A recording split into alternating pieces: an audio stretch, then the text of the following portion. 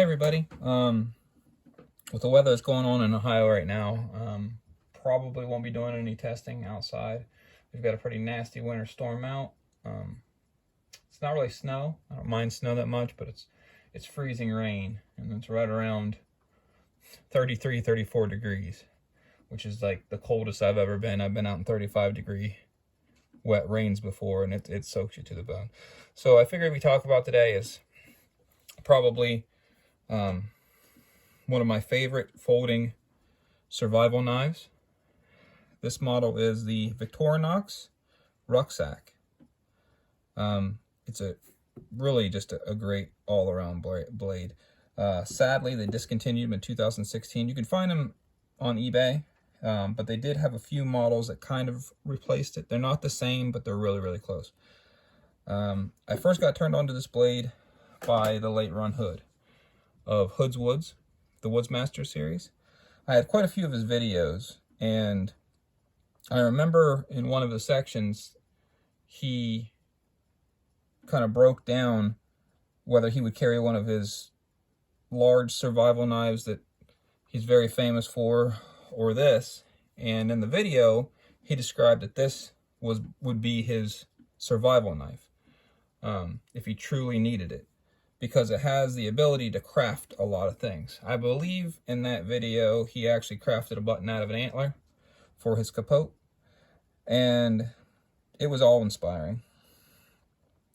Also, I think Joe Schilling from Joe Deer Runner Survival also carries a rucksack Victorinox model.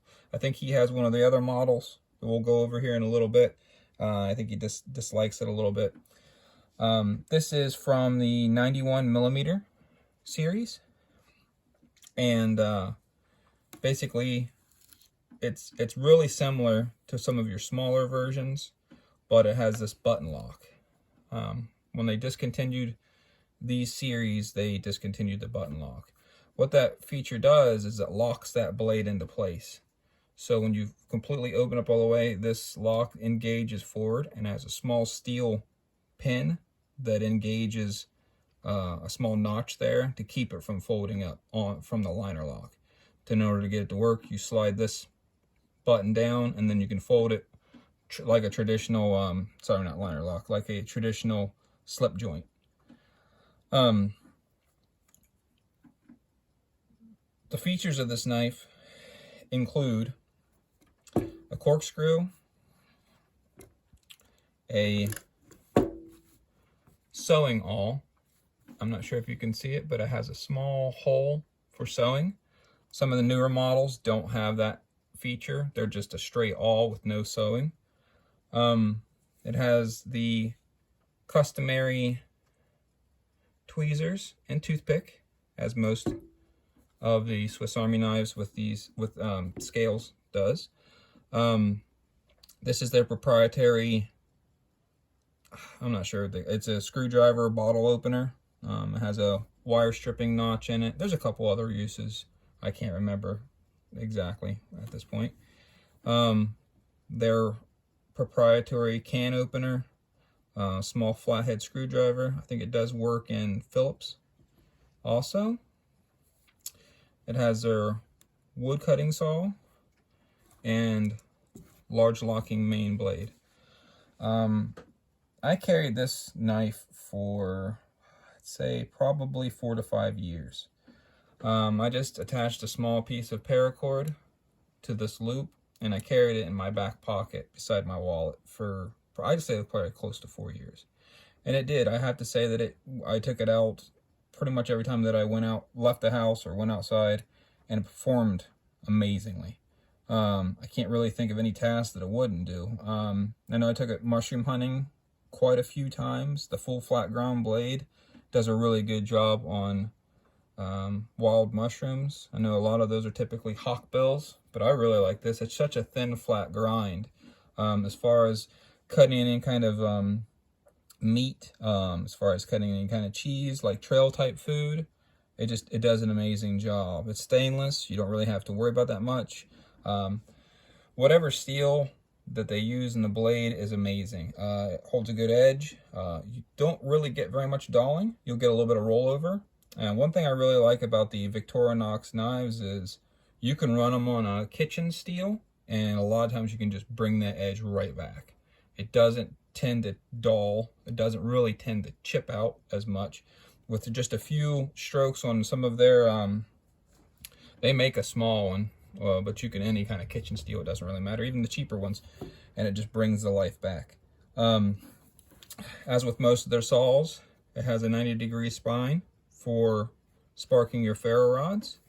The teeth are it's a double cut tooth. If you've never used them before, it cuts a really good fast channel. It's hard to see, I don't know if I can get it on view, but they're actually tapered. The teeth edge is wider than the spine.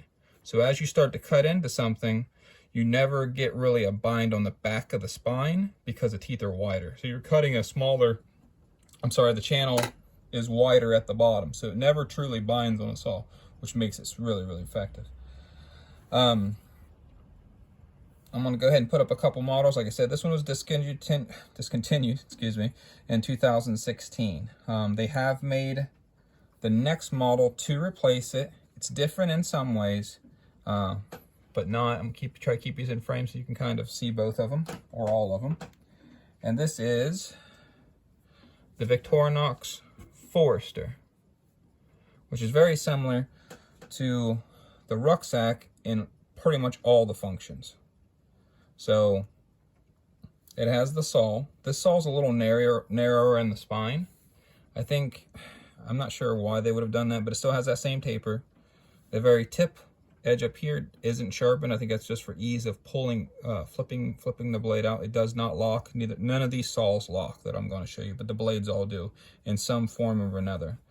It has the corkscrew and the regular awl, non-sewing awl. There is no eye in it at all. So that's one of the main differences. Another difference is they have a different type of screwdriver head here. It has a secondary, like mid-lock. This one does not, but actually has a liner lock. You have to press this liner down. See if I can do it. And then I guess it does have a mid-lock. I forgot about the mid-lock, but it locks all the way. So it won't fold on you if you're trying to use. It's also quite wider and more substantial than, see if we can get these both in frame, than that one. The lighting in here is not good because of the storm. Hopefully you can see that a little bit better. Yeah, it's quite a much beefier, thicker. It's pretty much they've taken the same design and just made it stronger and put a liner on it. The can opener is still the exact same can opener. I can't see any difference. No thickness differences. Pretty much exactly the same. The blades, they have added a left-handed liner lock. What I mean by that is most of your normal liner locks lock from like a right-handed lock. I'm gonna grab a liner lock real quick, and you can see what I'm talking about. If you've never seen one of these before, that's a little bit odd. So here is a Gerber Air Ranger. So if you're a right-handed person, typically you press the liner lock to the left in order to fold the blade. Let's see if we do it again real quick without hitting that light. Close it down this way, and then fold it up. These are actually on the opposite side. So when this blade's in fully locked position, you don't push it from right to left, you push it from left to right. I think that's designed to make it a two-hand function, because there's a lot of a lot of countries out there that that isn't legal to open or close a knife with one hand. Other than that, I'm not really sure why. The blade is a little bit beefier. See if we can get this in frame. Yeah, I know one's a little bit closer, but there's actually they're the same thickness, but the width is quite a bit more substantial. The ricasso area is a lot thicker. I think it's just designed for a little bit heavier use. But other than those few small items, like really small, minute things, are pretty much the same thing, besides the button lock. And lastly, we're going to close this out pretty quick, is the newest version of pretty much that same design. And this is the Rangergrip 79. They make a one-handed version and a two-handed version. I opted for a one-handed version on this one. Just because I didn't have a one-handed version. And we'll just go ahead and go through the tools real quick. Still has the same corkscrew. It's a little bit larger than the other ones. They kind of went back to a sewing awl. If you can see, it does have an eye in it, so you can sew with it. It still has the same proprietary can opener that I don't know that they're ever going to lose or change. It has the toothpicks and the tweezers are on the same side rather than across the side. Disregard that hole, I'll talk about that in a second. And then it has this flathead screwdriver. They've changed places where they normally at. Typically, your can opener is at the top by the blade and the screwdriver is at the bottom. With this model, they've switched it. They're on completely different ends. One of the main reasons what they've changed with this screwdriver is it's almost as substantial as this one. There's no liner lock on it like this one does. I don't know if there's a mid lock. They've gotten rid of the mid lock, and there's a small notch that from the original Vinger series, that when this screwdriver is fully engaged, when you push down on it, there's a small bar that locks this screwdriver from turning. Be hard for me to show you on camera without actually doing something. This is an 130 millimeter class, so it's actually gotten a little bit larger. Let's see if we can show some blade comparisons. It's quite a bit more substantial, wider,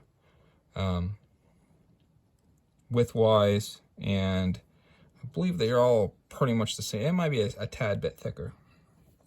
The blade is one of the largest blades that I know that they make, and it's a really nice blade. They've kind of changed the grind. It's still a full flat grind, but it's just shaped different.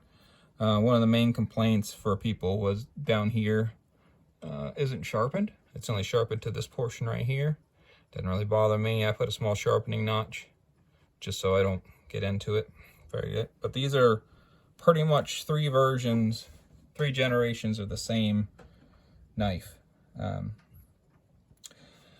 This small hole, I done that from the Felix Emler modification. So I could put, I don't know, like small screwdriver bits, bit extensions.